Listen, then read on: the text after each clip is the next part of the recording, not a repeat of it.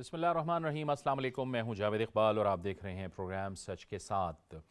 Punjab assembly تحلیل ہو گئی، اس کا باقاعدہ نوٹیفیکیشن بھی جاری ہو چکا ہے اور اب وہاں پر نگران وزیر اعلیٰ کے ناموں کے حوالے سے مشاورت کا سلسلہ جاری ہے، کیونکہ گورنر نے مسلم لیگ نون اور تحریک انصاف کو مراسلے جاری کر دیے ہیں کہ اپنے اپنے نام ان کو دے دیے جائیں۔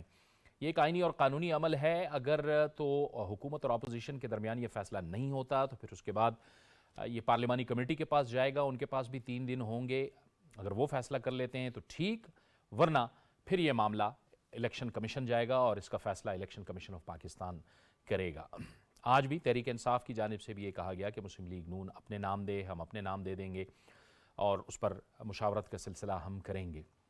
دوسری جانب خیبر پختونخوا کے وزیر اعلیٰ محمود خان نے آج ایک ٹویٹ کیا اب سے کچھ دیر پہلے، اور اس ٹویٹ میں انہوں نے کہا کہ منگل کے روز، یعنی جو آنے والا منگل ہے، اس میں خیبر پختونخوا کی اسمبلی کی جو تحلیل ہے اس کی سمری بھی گورنر کو بھیج دی جائے گی۔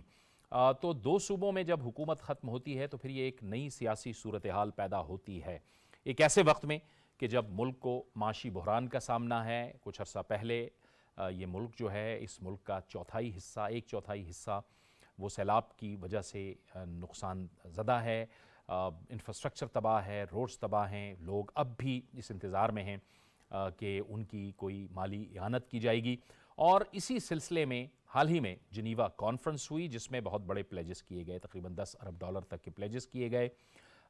یقینی طور پر موسمیاتی تبدیلی کے حوالے سے جو ایک پاکستانی سفارتی کوشش تھی اس کو ظاہر ہے قابل تحسین اس سلسلے میں بھی قرار دیا گیا کہ یہ موجودہ جو حکومت ہے اس پر اعتماد کا اظہار ہے، لیکن عمران خان کی جو سوئی ہے وہ صرف اسی بات پہ اٹکی ہوئی ہے کہ الیکشن ہونا چاہیے، ہر صورت میں الیکشن ہونے چاہیے، اور وہ دباؤ ڈالنا چاہتے ہیں کہ 2 صوبوں میں اپنی حکومت ختم کر کے شاید وہ مرکز میں الیکشن حاصل کر لیں۔ لیکن مرکزی حکومت بار بار یہ کہہ رہی ہے کہ مرکز میں جو انتخابات ہیں وہ اپنے وقت پر ہوں گے، یعنی اکتوبر 2023 میں انتخابات ہوں گے۔ تو کیا ایک سیاسی منظرنامہ بنے گا، اس پر بھی ہم بات کے ساتھ ساتھ آج کراچی میں بلدیاتی انتخابات ہوئے، کراچی، حیدرآباد اور دیگر اضلاع میں، اس پر بھی ہم بات کریں گے۔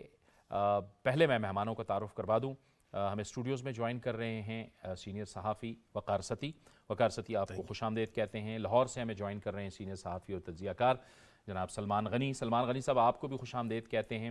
اور پشاور سے ہمیں جوائن کر رہے ہیں سینئر صحافی اور تجزیہ کار جناب محمود جان بابر صاحب، آپ کو بھی خوش آمدید کہتے ہیں۔ میں اس سے پہلے کہ سلمان غنی صاحب کی طرف سوال لے کر جاؤں، ہم آپ کو ایک پس منظر دکھاتے ہیں پنجاب اسمبلی کا کہ یہ جو حالات تھے یہ کس طرح آگے بڑھے اور پھر اس نہج تک پہنچے کہ پنجاب اسمبلی کی تحلیل ہو گئی۔ پنجاب کی 17ویں اسمبلی حکومت اور اپوزیشن کے سیاسی داؤ پیچ سہتی بالآخر وزیر اعلیٰ کی ایڈوائس سے از خود تحلیل ہو گئی۔ آبادی کے لحاظ سے ملک کے بڑے صوبے اور ملکی سیاست کے مرکز پنجاب میں سیاسی حالات وفاق میں حکومتی تبدیلی کے ساتھ ڈاواں ڈول ہی رہے۔ پی ٹی آئی کے عثمان بزدار کے استعفے کے بعد پرویز الہی اور حمزہ شہباز وزارت اعلیٰ کے لیے میدان میں اترے اور حکمران پاکستان تحریک انصاف کے 25 ارکان منحرف ہوئے۔ معاملہ ہائی کورٹ تک جا پہنچا، منحرف ارکان نااہل ٹھہرے اور حمزہ شہباز ٹرسٹی وزیر اعلیٰ بنے۔ ضمنی الیکشن میں تحریک انصاف نے 20 میں سے 15 نشستیں جیت لیں اور پھر پرویز الہی پنجاب کے وزیر اعلیٰ بن گئے۔ پنجاب اسمبلی کو تحلیل سے بچانے کے لیے اپوزیشن اتحاد مسلم لیگ نون اور پاکستان پیپلز پارٹی نے وزیر اعلیٰ، اسپیکر اور ڈپٹی اسپیکر کے خلاف عدم اعتماد کی قراردادیں جمع کرائیں، جبکہ گورنر پنجاب نے وزیر اعلیٰ کو اعتماد کا ووٹ لینے کی ایڈوائس بھی جاری کی۔ معاملہ پھر ہائی کورٹ تک جا پہنچا، اپوزیشن نے قراردادیں واپس لے لیں اور یوں حکمران اتحاد پاکستان تحریک انصاف اور کاف لیگ نے 12 جنوری کے ہنگامہ خیز اجلاس میں وزیر اعلیٰ کے حق میں اعتماد کی قرارداد پاس کرا کے سیاسی مخالفین کو حیران کر دیا۔ 12 جنوری کو ہی وزیر اعلیٰ نے اسمبلی تحلیل کی ایڈوائس گورنر کو بھجوا دی۔ 14 جنوری کو پنجاب کابینہ کا الوداعی اجلاس ہوا اور اب گورنر پنجاب نے نگران سیٹ اپ کے لیے پرویز الہی اور حمزہ شہباز کو مراسلہ بھیج دیا ہے۔ نگران وزیر اعلیٰ کے نام پر اتفاق کے لیے 3 دن ہے، اس کے بعد پارلیمانی کمیٹی بنے گی، پھر بھی اتفاق رائے نہ ہو سکا تو معاملہ الیکشن کمیشن کے پاس جائے گا۔ نگران وزیر اعلیٰ کے حلف کے بعد 90 روز کے اندر الیکشن کمیشن صوبے میں انتخابات کرانے کا پابند ہوگا اور یوں ایک بار پھر پنجاب کے عوام اپنے نمائندوں کا انتخاب کریں گے۔ رپورٹ آپ نے دیکھی اور اب ہم بات کریں گے سلمان غنی صاحب سے۔ سلمان غنی صاحب، آپ کو کیا لگ رہا ہے کہ یہ سیاسی بحران بڑھتا چلا جا رہا ہے؟ ظاہر ہے پنجاب میں تو اسمبلی تحلیل ہو گئی، خیبر پختونخوا کی باری ہے، ایک ایسے وقت میں یہ سب کچھ ہو رہا تھا جب مرکز میں حکومت جو ہے وہ معاشی بحالی کے حوالے سے پرعزم دکھائی دے رہی ہے، اور جو حال ہی میں جنیوا کانفرنس ہوئی ہے اس میں پلیجز بھی ہوئے ہیں، بڑے پلیجز ہوئے ہیں، فوکس ہمیں کرنا ہے سیلاب پہ۔ یہ ساری صورتحال کے لیے ایک سیاسی استحکام کی ضرورت تھی، جو اب ایسا لگ رہا ہے کہ شاید عدم استحکام کی جانب بڑھ رہے ہیں۔ آپ کا کیا تجزیہ ہے اس بارے میں؟ جاوید بھائی بہت بہت شکریہ آپ کا۔ جب آپ معاشی استحکام کی بات کرتے ہیں تو معاشی استحکام آپ کی ضرورت ہوگا، میری ضرورت ہوگا، یا پاکستان کے عوام کی ضرورت ہوگا؟ کیا پاکستان کے اہل سیاست کی بھی ضرورت ہے؟ ہمیں اس پہ بات کرنی چاہیے۔ دیکھیں، ایک دہائی پہلے پاکستان کے اندر سیاست ہوتی تھی، سیاست کے اندر ایک رواداری ہوتی تھی، ایک دوسرے کی عزت و تکریم ہوتی تھی، اور پاکستان کے اہل سیاست کی عزت لوگ کرتے تھے۔ آخر کیا وجہ ہے کہ آج پاکستان کے اندر ایک الزام تراشی، گالی گلوچ، تناؤ، ٹکراؤ، اور اس ساری صورتحال کے اندر گینر یا لوزر کوئی پارٹی ہوگی یا نہیں ہوگی؟ اصل میں سمجھتا ہوں اس کا نقصان جو ہوا ہے وہ پاکستان کو ہوا ہے یا پاکستان کے عوام کو ہوا ہے، اور پاکستان کے 22 کروڑ عوام یہ بھگت رہے ہیں۔ اس لیے کہ دنیا کے جمہوری معاشروں میں جمہوریت جو ہوتی ہے وہ ڈیلیور کرتی نظر آتی ہے، جمہوریت کے ثمرات عام آدمی تک پہنچتے ہیں۔ لیکن اگر آپ اجازت دیں، میں ایک مائنڈ سیٹ کی بات کرنا چاہتا ہوں۔ جب آپ الیکشن کی بات کرتے ہیں، الیکشن دنیا کے اندر استحکام کا ذریعہ بنتے ہیں۔ الیکشن کے نتیجے میں عام آدمی کی زندگی میں اطمینان آتا ہے، اسے روزگار ملتا ہے، ان کے بچوں کو سہولتیں ملتی ہیں، اور جب اہل سیاست مل کے بیٹھتے ہیں تو جمہوری معاشروں میں لوگ سمجھتے ہیں کہ یہ ہمارے لیے سوچ رہے ہیں۔ لیکن ایک ٹرینڈ دیکھنے میں آ رہا ہے کہ حکومتیں بنتی ہیں اور ایک معاذرائی سی کی کسی کیفیت طاری کر دی جاتی ہے۔ آپ نے کہا کہ سیاسی استحکام، دیکھیں ہر سیاستدان کہتا ہے کہ پاکستان کے اندر معاشی استحکام سے پہلے سیاسی استحکام کی ضرورت ہے۔ ذرا ان کے طرز عمل کا جائزہ لیں کہ یہاں پر تو ہم ایسے پرائم منسٹر دیکھتے ہیں کہ جو پرائم منسٹر بننے کے بعد کوئی ایک دن ایسا نہیں چھوڑتے جب اپنے سیاسی مخالفین کو چور اور ڈاکو کی گردان کرتے نظر نہ آئیں۔ دیکھیں یہ سارا کرائسس، جاوید اقبال صاحب مجھے کہنے کی اجازت دیں آپ، یہ کہاں سے شروع ہوا؟ دیکھیں یہ جو پاناما لیکس آئیں 2017 میں، اس سے پہلے کہ آپ سارے اشاریے اٹھا کے دیکھ لیں، اعداد و شمار دیکھ لیں، پاکستان اس بری کیفیت میں نہیں تھا۔ یہ پاناما لیکس آنے کے بعد کیا ہوا کہ پاکستان ہر آنے والے دن کے اندر معاشی بحران سے دوچار ہوتا گیا، اور اس وقت پاناما لیکس میں اس وقت کے پرائم منسٹر کا تو نام نہیں تھا، لیکن اس کے بعد آنے والے پرائم منسٹر کا نام موجود تھا، اور پھر اسے کہہ کے بلایا گیا کورٹ کے اندر، اور پھر جو کچھ ہوا، سہولت کار کون بنا، اس ساری صورتحال کا پاکستان کو نقصان ہوا ہے۔ اور ہمیں یہ بات کہنی چاہیے کہ کون ذمہ دار ہے۔ ہم بھی مصلحتوں سے دوچار ہے، اور بات یہ کہ دنیا کے اندر جو اہل سیاست ہوتے ہیں وہ قوموں کے اندر اتحاد اور یکجہتی کا ذریعہ بنتے ہیں، نہ کہ انتشار اور خلفشار کا، نہ کہ ملک کے اندر معاذرائی کو پروان چڑھاتے نظر آتے ہیں۔ اور اب بھی جس انتخاب کی بات ہو رہی ہے کہ جی 2 صوبوں میں انتخاب ہو جائے گا، پھر 2 صوبوں میں ہوگا، پھر مرکز کے اندر ہوگا، کیا پاکستان ان چیزوں کا مکمل ہو سکتا ہے؟ کیا ہماری معاشی صورتحال اس کی مکمل ہو سکتی ہے؟ میرا خیال ہے کہ میں اسی پہ بس کرتا ہوں کہ پاکستان کے اہل سیاست کو نوشتہ دیوار پڑھنا چاہیے، بیٹھ کے کوئی ایک کنسنسس کرنا چاہیے۔ الیکشن کے والے سے الیکشن ایک ہوگا، الیکشن 2 نہیں ہوں گے اس ملک کے اندر، اور جو لوگ 2 اور 3 اور 4 الیکشن چاہتے ہیں وہ پاکستان کے اندر انتشار پیدا کرنا چاہتے ہیں، اور پاکستان کے لوگوں کو چاہیے اپنے اندر جان پیدا کرے اور انہیں پکڑیں، ان کا رخ درست کریں۔ جی ٹھیک۔ محمود جان بابر صاحب آپ بتائیے، آج وزیر اعلیٰ خیبر پختونخوا نے کہہ دیا کہ منگل کو سمری بھیج دی جائے گی، کیا ایک صورتحال وہاں پہ آپ خیبر پختونخوا کے اندر، اور کیا وہ ایک بنیاد ہوگی کہ جس پہ یہی بات ہو رہی ہوگی کہ اسمبلی کو تحلیل کرنا ہے؟ کیا ایسی آفت آن پڑی ہے کہ اسمبلی کو تحلیل کرنا ہے، اس اسمبلی کو کہ جس کو بہرحال 5 سال کے لیے عوام نے منتخب کیا ہے؟ ہاں، یہ بہت اہم بات ہے جاوید صاحب۔ خیبر پختونخوا میں ایسی کوئی صورتحال نہیں، ایسا کوئی بحران نہیں جس کی وجہ سے اس صوبے کا اپنا کوئی ایسا بحران نہیں، سوائے اس کے کہ صوبائی حکومت کے پاس ایک بات ہے کہ وفاق ان کے حصے کے فنڈ ان کو نہیں دے رہے، اور یہ پتہ نہیں اس میں کتنے فنڈز ان کے بنتے ہیں، لیکن یہ ماضی میں بھی ہوتا رہا ہے، اور یہ کہتے ہیں کہ ہمارے پاس پیسوں کی کمی ہے. یہ ایک کمی کو بنیاد بنا کے اگر یہ ایسا کریں گے تو میرے خیال میں وفاق سے ان کو بات کر کے اتنے پیسے اگر ان کو مل جائیں تو بہتر ہے. لیکن بات بہت واضح ہے, سچویشن بہت کلیئر ہے.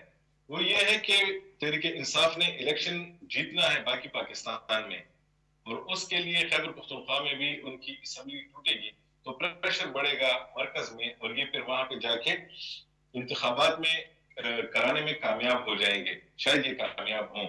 لیکن خود خیبر پختونخوا میں ایسی کوئی صورتحال نہیں. ابھی بھی آپ دیکھیں کہ یہ 23 تاریخ کو عمران خان صاحب نے اسمبلیاں توڑنی تھی, جب انہوں نے محمود خان صاحب کو اور پرویز الہی صاحب کو ساتھ بٹھا کے اعلان کیا تھا. پھر دوسرے دن پرویز الہی صاحب نے, اگر آپ کو یاد ہو تو انہوں نے ان کو سنپ کیا تھا کہ اگر آپ نے آئندہ جنرل باجوہ کے خلاف بات کی تو میں آپ کو خود میں جواب دوں گا. تو یہ ان دنوں کی بات ہے. یہ بات ہوتے ہوتے یہاں تک پہنچ گئی. یہ کیسے پہنچی؟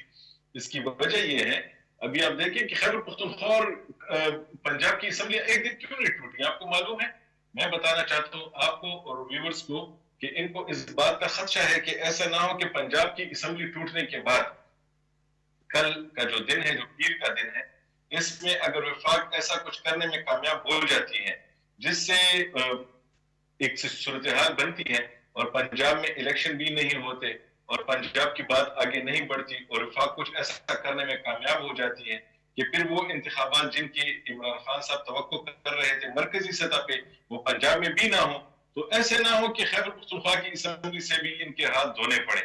تو وہ اب اس صورتحال کو دیکھ رہے ہیں کہ کل کیا ہوتا ہے, کل الیکشن کمیشن کیا کرتا ہے. پھر وہ اس کا جائزہ لیں گے منگل کی صبح کو بھی. منگل کی صبح ہونے کے بعد تک اگر کوئی صورتحال پنجاب کے حوالے سے بنتی ہے, الیکشن کا اعلان ہوتا ہے, تو پھر خیبر پختونخوا میں بھی اسمبلی تحلیل ہونے کا عمل شروع ہوگا اور یہاں پر بھی اسمبلی ٹوٹ جائے گی, حکومت بھی ختم کر دی جائے گی. لیکن اگر پنجاب میں کوئی صورتحال بنتی ہے تو یہ منگل کا دن اس لیے رکھا گیا ہے. میری اپنی یہ ایک عاجزانہ سی وہ ہے, یہ میرا خیال ہے کہ انہوں نے یہ سوچا ہے کہ اس میں ایسا نہ ہو کہ پنجاب اور خیبر پختونخوا دونوں سے ہاتھ دھونے پڑے اور پھر یہ جو حکومتیں پاس ہے یہ بھی ہمارے پاس نہ ہو, اور جو کچھ کام چل رہا ہے جو ہم چلا رہے ہیں یہاں سے ان کی بہت ساری ضرورتیں پوری ہو رہی ہیں. آپ کو معلوم ہے یہاں کا سرکاری ہیلی کاپٹر بھی ان کے الحمدللہ ان کے زیر استعمال ہے مسلسل. باقی بھی ان کی وزراء جو ہیں, وزیر اعلیٰ صاحب بھی عمران خان صاحب کی ہر بات پہ لبیک کہنے کو تیار ہیں, اور بہت ساری ایسی جگہ آئی بھی ہیں, ایسی باتیں تھی بھی کہ جہاں پہ وزیر اعلیٰ صاحب کو صوبے پہ سٹینڈ لینا چاہیے تھا, اور انہوں نے صوبے پہ کمپرومائز کر کے حکومت نے عمران خان صاحب کے سامنے بات کرنے سے اعتراض کیا. ان کے سامنے بات نہیں کی کہ ایسا نہ ہو کہ عمران خان صاحب ناراض ہو جائیں, تو صوبے پہ وہاں پہ تو کمپرومائز کیا گیا. لیکن پھر جب مسلم لیگ کے ساتھ بات آئی تو پھر ہمیں احتجاج بھی کرنا ہے اور ہمیں اپنے پیسے بھی چاہیے اور ہمیں سب کچھ چاہیے.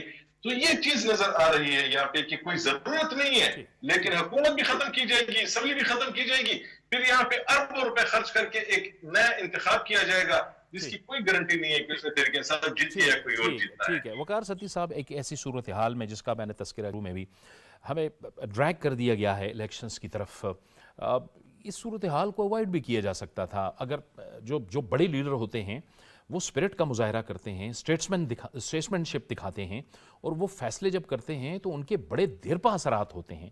ہمیں اس صورتحال میں آپ کو لگتا ہے کہ ڈریگ کر دیا گیا؟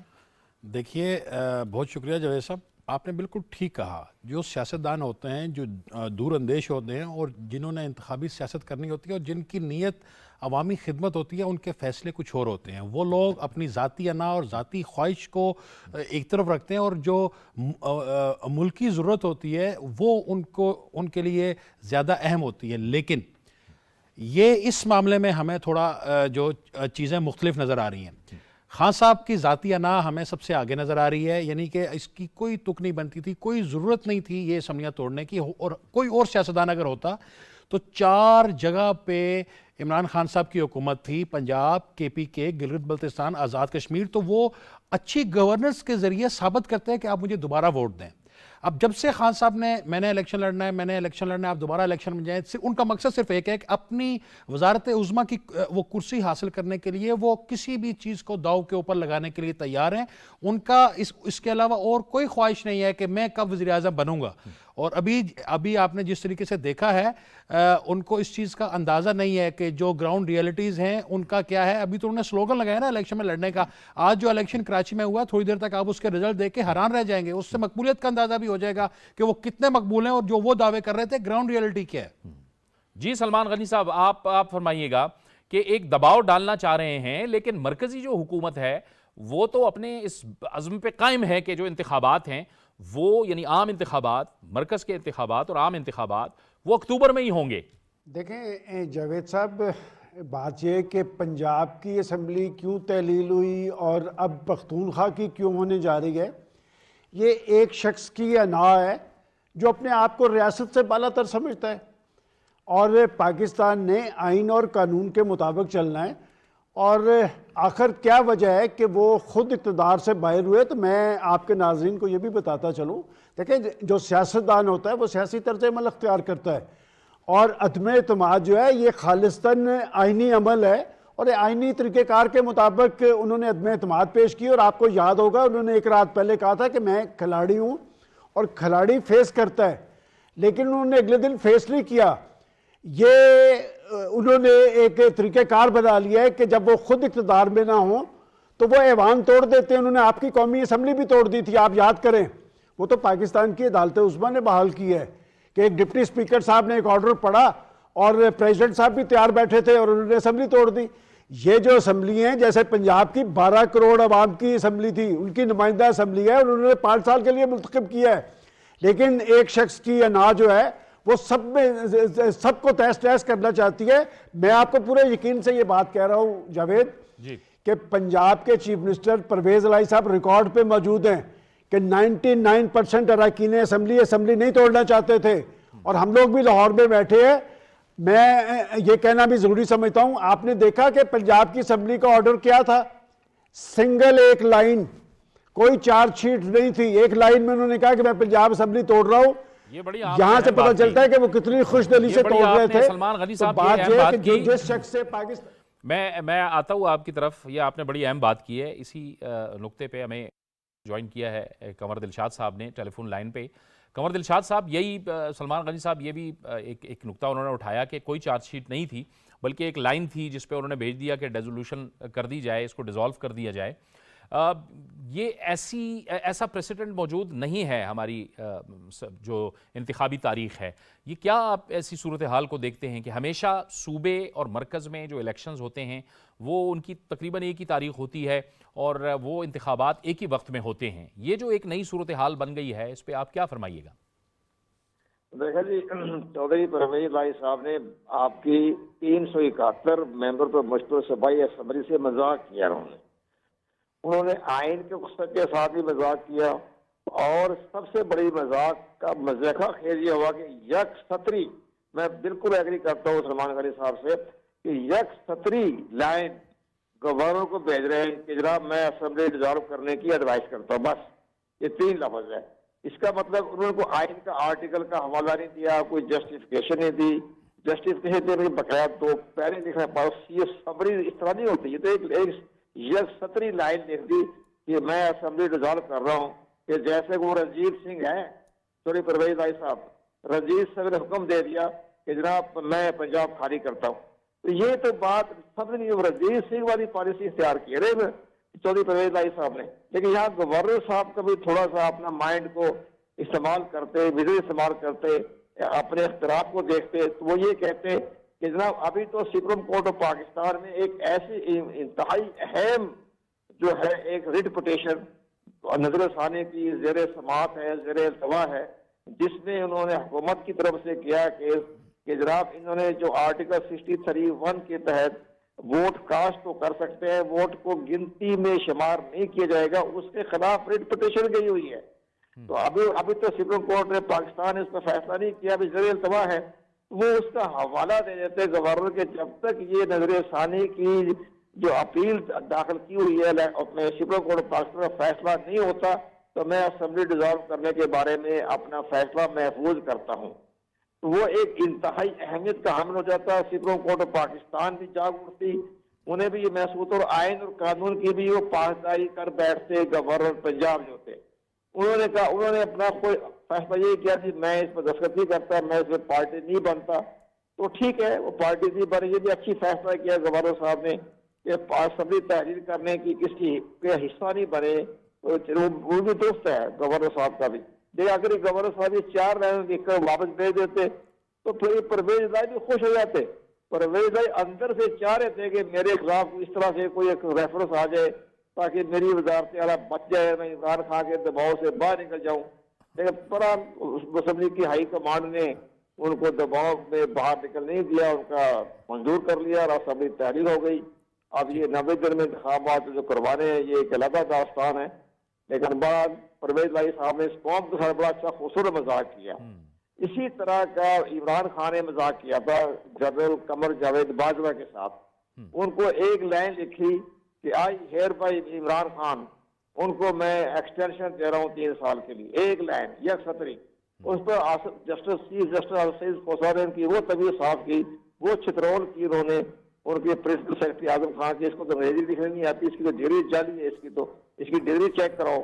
تو یہ اس طرح کے مذاق کرنے کا مقصد یہ تھا عمران خان کا کہ کسی نہ کسی طرح کا یہ چیلنج ہو جائے اور میں جنرل قمر جاوید باجوہ کو ایکسٹینشن نہ دے سکوں، تو اور ملبہ صاحب ڈال دوں میں چیف جسٹس پر۔ لیکن بہرحال پھر انہوں نے چیف جسٹس صاحب بھی بڑے عقل مند تھے، انہوں نے کہا تو قانون سازی کر لیں، تو پھر وہ قانون سازی ہو گئی، قمر جاوید باجوہ کو 3 سال ایکسٹینشن مل گئی۔ تو یہ مذاق جس طرح عمران خان نے قمر جاوید باجوہ کے ساتھ کیا تھا، تو وہی مذاق چودھری پرویز الہی صاحب نے گورنر پنجاب کے ساتھ کیا کہ جناب میں اسمبلی ڈیزالو کر کے ایڈوائز کرتا ہوں۔ تو یہ بڑا فیصلہ درست نہیں تھا۔ پرویز الہی صاحب کا بھی اتنی بڑی اسمبلی ہے، حالات ٹھیک جا رہے ہیں، قانون سازی ہو رہی ہیں، ایک دن میں 21 قانون سازی ہوئی، بل پاس ہوئے، نادر کی صورتحال بھی بہتر ہے، وفاقی حکومت سے بھی تعلقات بہتر تھے ان کے۔ اسی نے حالات کو دیکھتے ہوئے اسمبلی ڈیزالو کرنا کوئی اچھی عقل مند کی بات نہیں تھی، خوشیار نہیں تھا، لیکن بہرحال عمران خان کی ضد سرگرمی ہے نا اسمبلی کی وجہ سے انہیں مجبوری کا قدم اٹھانا پڑا۔ ٹھیک، بہت بہت شکریہ قمر دلشاد صاحب آپ کا۔ سلمان غازی صاحب وہی نکتہ ہم نے قمر صاحب سے پوچھ لیا، آپ اپنی بات جاری رکھیے، آپ کی بات پوری نہیں ہوئی تھی۔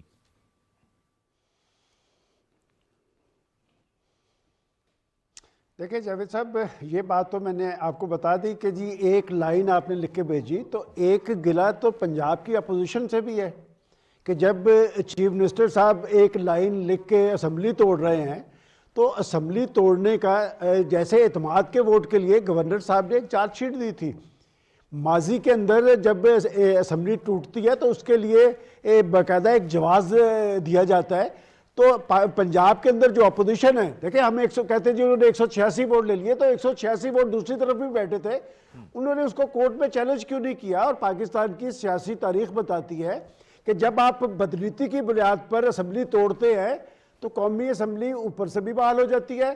پنجاب کے اندر منظور بٹو صاحب کی اسمبلی بھی بحال ہو جاتی ہے، بلوچستان کے اندر میر ظفر اللہ خان جمالی کی اسمبلی بھی بحال ہو جاتی ہے، اور نواز شریف صاحب کو جب توڑی گئی تھی تو ان کی اسمبلی بھی بحال ہو گئی تھی۔ میرا خیال اسے چیلنج کیا جانا چاہیے تھا، چیلنج کیوں نہیں کیا؟ اس کا جواب پنجاب کے اندر اپوزیشن کو ضرور دینا چاہیے۔ لیکن جاوید آپ نے شروع میں ایک بات کی تھی اور یہ بڑی سنجیدہ بات ہے، دیکھیں بات یہ کہ سیاست تو چلتی رہے گی، سیاست پاکستان کے ساتھ چلنی ہے، پاکستانیت کے ساتھ چلنی ہے۔ پاکستان معاشی طور پہ مضبوط ہوگا تو ان کی سیاست چلے گی۔ اصل بات ہے پاکستان کی معیشت، اور پاکستان کی معیشت یہاں تک کیوں پہنچی؟ دیکھیں یہ ایک لمبی کہانی ہے۔ میں سمجھتا ہوں آج کا پرائم منسٹر اگر جگہ جگہ جا کے پاکستان کے لیے بھیک مانگ رہا ہے، ذرا ان کا بھی اندازہ کرے کہ جی یہ ملک اس وقت انہوں نے دیوالیہ پن کے خطرناک زون سے نکالا ہے، آپ اس پہ بھی چارج شیٹیں لگاتے نظر آ رہے ہیں۔ جنیوا میں کانفرنس ہو رہی ہے پاکستان کے سیلاب زدگان کے لیے، اور یہاں سے بیٹھ کے اس کانفرنس کو بھی ہدف کیا جا رہا ہے اور حکومت کو بھی ہدف کیا جا رہا ہے۔ یہ سیلاب زدگان لاکھوں کی تعداد میں ہے، وہ بیچارے سردی میں ٹھٹر رہے ہیں، ان کے سروں پہ چھت نہیں ہے، اور جنہوں نے اربوں روپیہ اکٹھا کیا تھا اسلام پہ، یہ جاوید کیا المیہ نہیں ہے کہ پاکستان کی پولیٹیکل پارٹیز وہاں پر نہیں پہنچی؟ ماضی کے اندر تو ایسے نہیں تھا۔ دیکھیں ہماری سماجی اداروں نے وہاں جا کے لوگوں کی خدمت کی ہے، لیکن وہاں پر سیاسی جماعتیں نہیں گئی، اور اور میں سمجھتا ہوں کہ میں پہلے بھی کہہ چکا ہوں کہ پاکستان کے لوگوں کو اپنے اندر جان پیدا کرنی چاہیے، اور جو لوگ پاکستان سے کھیل رہے ہیں، پاکستان کے جمہوری سسٹم سے کھیل رہے ہیں، پاکستان کے ریاستی اداروں کو ٹارگٹ کر رہے ہیں اور پاکستان کے اندر انارکی پیدا کرنا چاہتے ہیں، لوگ اپنے اندر جان پیدا کریں گے تو ان کا رخ درست ہوگا۔ لوگوں کو اپنے اندر جان پیدا کرنی چاہیے۔ لیکن محمود جان صاحب، اب یہ ظاہر ہے اس کو تو جو قانون کو سمجھے، جو پارلیمانی جمہوریت کو سمجھے، جو اس چیز کا احساس کرے کہ ملک کی جو صورتحال ہے وہ اس وقت کیا ہے، تو تبھی ان کی سمجھ میں آئے گی نا۔ جب آپ یہ فوکس آپ کا ہو جائے گا کہ اگر آپ حکومت میں ہیں تو معاملات ٹھیک چلیں گے، اگر آپ حکومت میں نہیں ہیں اور اپوزیشن میں ہیں تو پھر معاملات نہیں چلنے، اور آپ نے یہی فیصلہ کر لیا کہ بس حکومت ہے تو ہماری سیاست ہے۔ دیکھیں جی، میں ان چیزوں کے میں ایک دو واقعات کوٹ کرنا چاہتا ہوں۔ آج تو پاکستان میں یہاں کے جو بڑے شہ دماغ سرکاری افسران تھے جنہوں نے مختلف حکومتوں کو چلتا کیا تھا، اور یہ عمران خان صاحب کو بھی وہ لے کے آئے تھے، ان جیسے لوگوں نے اس سیاست کو تو ایک گالی بنا دیا ہے۔ لیکن میں تھوڑا سا اپنے ناظرین کی اس کے لیے انفارمیشن کے لیے، جو لوگ سیاست کو سمجھنا چاہتے ہیں، کہ سیاست دراصل مسئلے کے حل کا نام ہے۔ اگر آپ کو یاد ہو تو ایک بار جب مسلمان اپنی طاقت میں آ رہے تھے تو صلح حدیبیہ ہوا تھا، اور اس میں یہ ہوا تھا کہ مسلمانوں کو کہہ دیا گیا تھا کہ اس سال آپ حج نہیں کر سکیں گے، آپ واپس چلے جائیں۔ اس وقت مسلمانوں کے پاس طاقت بھی تھی اور سب کچھ تھا، وہ جا بھی سکتے تھے، لیکن اس وقت پیغمبر اسلام صلی اللہ علیہ وسلم نے یہ فیصلہ کیا کہ نہیں، یہ اس وقت ہمارے لیے بہتر نہیں ہے، ہمیں چند قدم پیچھے ہٹ کے اگلی بار آئیں گے تو بہتر طریقے سے اپنا پیغام بھی لے کے آئیں گے اور اس سلسلے کو ٹھیک کریں گے۔ اس کے بعد پھر پاکستان کے اندر جب بے نظیر بھٹو کو شہید کیا گیا تو اس وقت آصف علی زرداری نے بھی سیاست کی تھی، اور اس نے اس سیاست کو عزت دی تھی۔ اس نے اپنی بیوی کے لاش پہ اس وقت یہ نعرہ نہیں لگایا تھا کہ جو حکومت ہے اسے ختم کر دو، اور جو کچھ ہو رہا ہے بس جو میں کہہ رہا ہوں تو وہ مان لے۔ لیکن اس وقت عمران خان صاحب یہ کیوں کر رہے ہیں، آپ کو سب کو یہ معلوم ہے، لیکن عوام کو شاید اس میں چند باتیں یہ معلوم نہیں ہے کہ عمران خان صاحب کو جلدی اس بات کی ہے کہ یہ جو لوگ اس وقت وفاقی حکومت مشکل سے اس حکومت کو چلا رہی ہے، اگر یہ سنبھل گئی تو پھر میری یہ پوزیشن نہیں رہے گی جو میری اس وقت ہے، تو اس لیے میں جتنی جلدی الیکشن کروا لوں تو یہ بہتر ہوگا۔ میرے خیال میں اختیار تو قانون آئینی طور پہ ان کے پاس ہے کہ وہ اسمبلیوں کو توڑ دیں، لیکن وہ جو اس وقت جو ایک مشکل پیدا کر رہے ہیں کہ پھر دو اسمبلیوں کے انتخابات الگ ہوں گے، اور اس کے بعد ایک وقفے سے پھر دوسری دو اسمبلیوں کے انتخابات ہوں گے، وفاق کے انتخابات ہوں گے، اور ہم سارا سال انتخابات ہی کراتے رہیں گے۔ میرا خیال ہے اس وقت ایک بات کرنے کی ہے کہ عمران خان صاحب خود والنٹیئرلی یہ کہیں کہ آپ آج انتخاب کراتے ہیں یا ایک سال بعد کراتے ہیں، میں تیار ہوں، میرے ساتھ میرے لوگ کھڑے ہیں۔ ان کو اپنے لوگوں پہ اتنی بےدباری کیوں ہے، یہ اتنی جلدی کیوں کر رہے ہیں؟ یہ اپنے لوگوں کو اپنے پاس رکھیں، اپنے ووٹر کو انٹیکٹ رکھیں اور کہیں کہ ایک سال بعد بھی کراتے ہیں تو میں انتخابات کے لیے تیار ہوں، کیونکہ اس وقت ملک کے حالات ایسے نہیں۔ عمران خان صاحب کو چاہیے کہ خود والنٹیئرلی کہیں آئے سب ایک کمرے میں بیٹھتے ہیں۔ یہ وقار صدیق صاحب، یہ بات تو ضروری ہے نا کہ دیکھیں آصف علی زرداری صاحب پہ پیپلز پارٹی پہ تو بڑا سخت وقت آیا تھا، اور آصف علی زرداری صاحب پہ تو بہت سخت وقت تھا جب محترمہ کو شہید کیا گیا۔ انہوں نے درست کہا کہ انہوں نے یہ نہیں کہا کہ حکومت کو ختم کر دو، یہ کر دو، وہ کر دو، انہوں نے کہا پاکستان کھپے۔ عمران خان صاحب سے تو صرف حکومت گئی تھی، حکومت میں رہتے ہیں آپ، اپوزیشن میں چلے جاتے ہیں، ایک آئینی طریقے سے، قانونی طریقے سے آپ سے حکومت گئی۔ سوچ سمجھ کے اگر بندہ فیصلہ کرے تو ان کا اپنا بھی سیاسی قد بڑا ہو، ان کی اپنی بھی بصیرت بڑی ہو، لیکن ایسے فیصلے کرنا ایک ایسے وقت میں کہ جب ہم پوری دنیا کے سامنے کھڑے ہیں اور ہم ان کو کہہ رہے ہیں کہ ہم سیلاب نے ہمیں تباہ کر دیا ہے اور پوری دنیا ہمارے لیے پلیجز کر رہی ہے امداد کے حوالے سے، اور ہم الیکشن میں جائیں گے۔ جاوید صاحب، جب کوئی بندہ خود الیکشن لڑتا ہے نا، یا کوئی سیاسی جماعت جس کو پلس اینڈ مائنس اس کی گراؤنڈ کے معلوم ہوتے ہیں، جس کو پتہ ہوتا ہے کہ میں کل جواب دے ہوں، یہ ساری سوچ وہ رکھتا ہے۔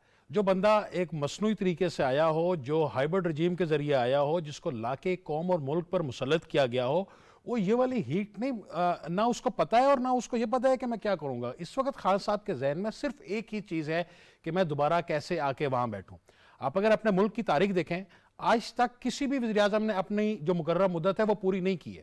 خان صاحب کوئی انوکھے نہیں ہیں کہ جو یہ وہاں سے وہ چلیں گے، لیکن ان کے علاوہ وہ کبھی کسی کی ایسی آواز آئی؟ میاں نواز شریف کو صرف اس لیے نکالا تھا کہ وہ اپنی بیٹی کی وہ کمپنی سے تنخواہ لے سکتا تھا، لیکن اسے نہیں لی۔ کیا اس نے یہ، وہ 2 تہائی اکثریت سے آئے تھے، کیا اس نے یہ کیا؟ محترمہ بینظیر بھٹو کے ساتھ کیا ہوتا رہا؟ بی بی ایک دفعہ